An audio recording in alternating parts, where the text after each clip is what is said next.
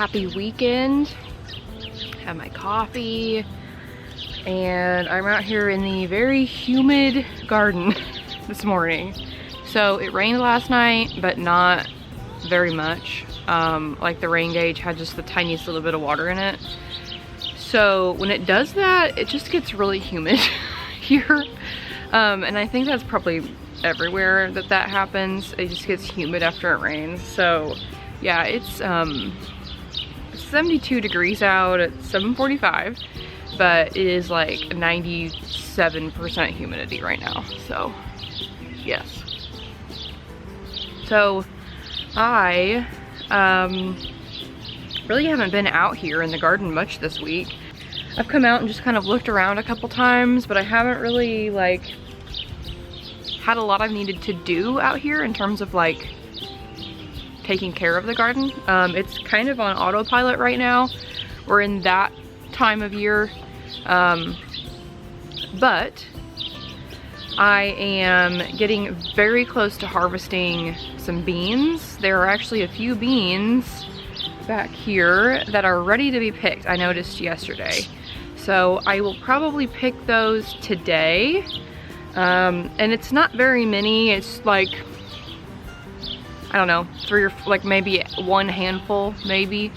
It's not like it's enough to make a pot of beans or whatever, but the way I usually store those things, when you have like a handful of beans, or you have, you know, mostly beans is what I'm talking about here, because beans tend to be very in the beginning they tend to be kind of annoying because they come in like a handful at a time and it's like not enough to do anything with. So I have these containers made by Rubbermaid, and they're called Rubbermaid Freshworks containers. I will put a link to them down below. They are amazing. I have 2 of them, and they're different shapes and sizes, so I can put different things in them. But they have a little tray that sits in the bottom of the container that keeps the produce off the bottom. And then they also have a lid that has a vent in it that allows air to come in and circulate. So this is what I do. I wash my beans, I dry them off, or I normally just let them sit on a dish towel until they're dry, and then I'll kind of wipe them if I need to. I put them in that container, and I just keep adding to that container until I have enough, and then I cook them. And I can literally leave beans in those containers for like 2 weeks, and they're just like I picked them yesterday, or that day even. So yes, I highly recommend those. Now, I did buy a different brand of the same type of container from TJ Maxx like a month and a half ago.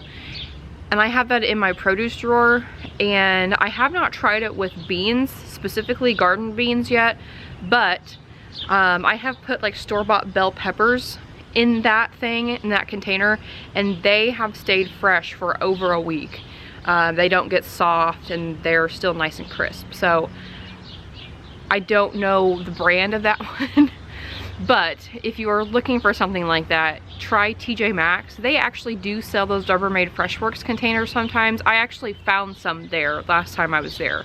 So if you have a TJ Maxx or like a Home Goods, maybe try looking there for those as well, because you can get them just a little bit cheaper, because they are a little bit pricey, but it's worth it to me to save my harvest and be able to use it longer than I would normally. So yeah, that's how I store my beans.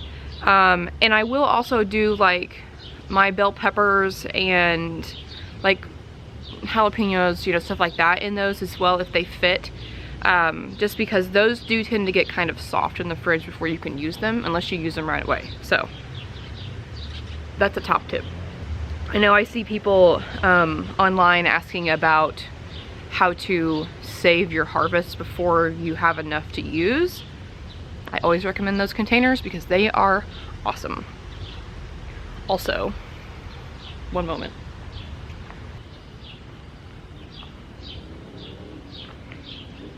I picked a cherry tomato.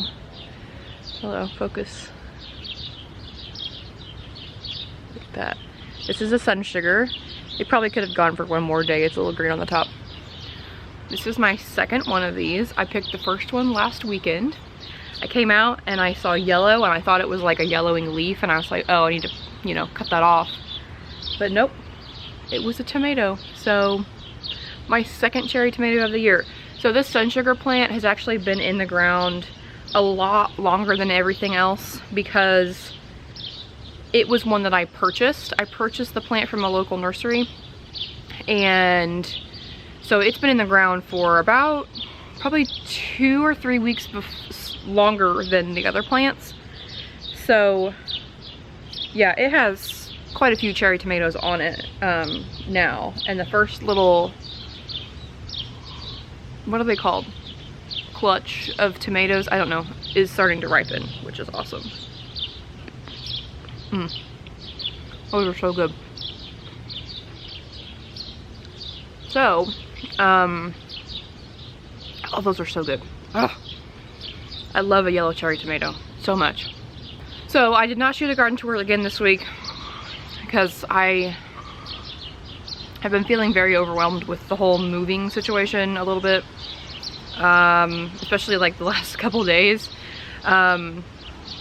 So I just didn't have a chance to come out here and shoot a garden tour, but I do want to show you guys some stuff while I'm out here this morning, because this is the week where I've come out and I've been like, oh look, there's a whatever, or there's some beans, or there's like tomatoes, and like there's like stuff out here, you know.